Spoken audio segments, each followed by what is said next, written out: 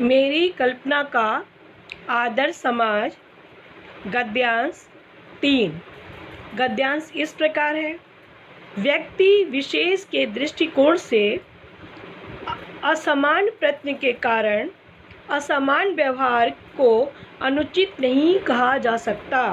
साथ ही प्रत्येक व्यक्ति को अपनी क्षमता का विकास करने का पूरा प्रोत्साहन देना सर्वथा उचित है। लेखक कहते हैं कि व्यक्ति को असमान नहीं कहा जा सकता। अगर व्यक्ति अपने प्रयत्न से कोई भी काम सीख जाता है तो उसको उस काम के लिए उसको प्रोत्साहित करना चाहिए, परंतु यदि मनुष्य प्रथम दो बातों में असमान है तो क्या इस आधार पर उनके साथ भिन्न व्यवहार उचित है? लेखक कह रहे हैं प्रथम दो बातों में कि वंश परंपरा और जन्म जाति, तो ये मनुष्य के हाथ में नहीं है। अगर व्यक्ति इसके हिसाब से असामान्य है तो क्या उसके साथ ऐसा व्यवहार करना चाहिए?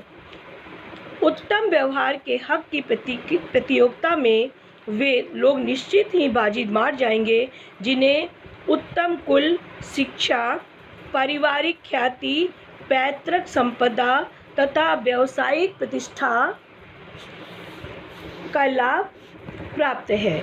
इस प्रकार पूर्ण सुविधा संपन्नों को ही उत्तम व्यवहार का हकदार माना जाना वास्तव में निष्पक्ष निर्णय नहीं कहा जा सकता, क्योंकि ये सुविधा संपन्नों के पक्ष में निर्णय देना होगा, क्योंकि वो तो सुविधा संपन्न है, अमीर जाति में पैदा हुए हैं, उच्च वर्ग में पैदा हुए हैं। अतः न्याय का तकाजा ये है कि जहाँ हम तीसरा मतलब प्रयासों की असमानता जो मनुष्यों के अपने वश की बात है आधार पर मनुष्यों के साथ असमान व्यवहार को उचित ठहराते हैं, वहाँ प्रथम दो आधारों जो मनुष्य के वश की बात नहीं है पर उनके साथ असमान व्यवहार नितांत अनुचित है और हमें ऐसे व्यक्तियों के साथ यथासंभव समान व्यवहार करना चाहिए। लेखक कहते हैं जो व्यक्ति अपनी मेहनत से, अपनी कार्यकुशलता से योग्यता प्राप्त कर लेता है तो हमको उसके साथ समान व्यवहार करना चाहिए, उसके साथ भेदभाव नहीं करना चाहिए। दूसरे शब्दों में समाज को यदि अपने सदस्यों से अधिकतम उपयोगिता प्राप्त करनी है तो ये तो संभव है कि जब समाज के सदस्यों को आरंभ से ही समान अवसर एवं समान व्यवहार उपलब्ध कराया जाए। अगर हम चाहते हैं कि हमारा देश, हमारा समाज तरक्की करे तो सभी को समान अवसर देना चाहिए, समान उसके साथ व्यवहार करना चाहिए, तभी हमारा देश तरक्की करेगा। गद्यांश पे आधारित पहला प्रश्न है, लेखक किस बात को निष्पक्ष निर्णय नहीं मानता है? इसका उत्तर इस प्रकार लिखेंगे।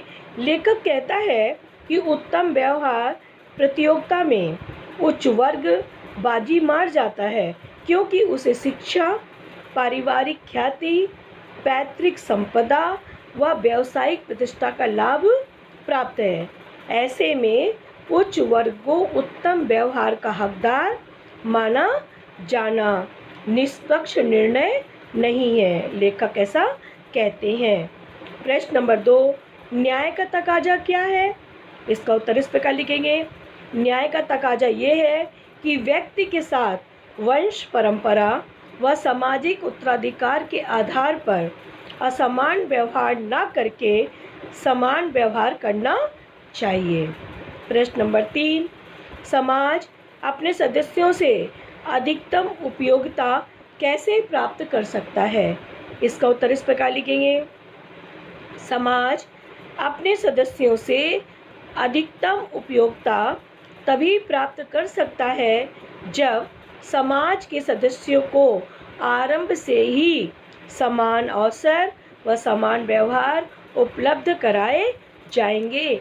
इस प्रकार से समाज तरक्की कर पाएगा।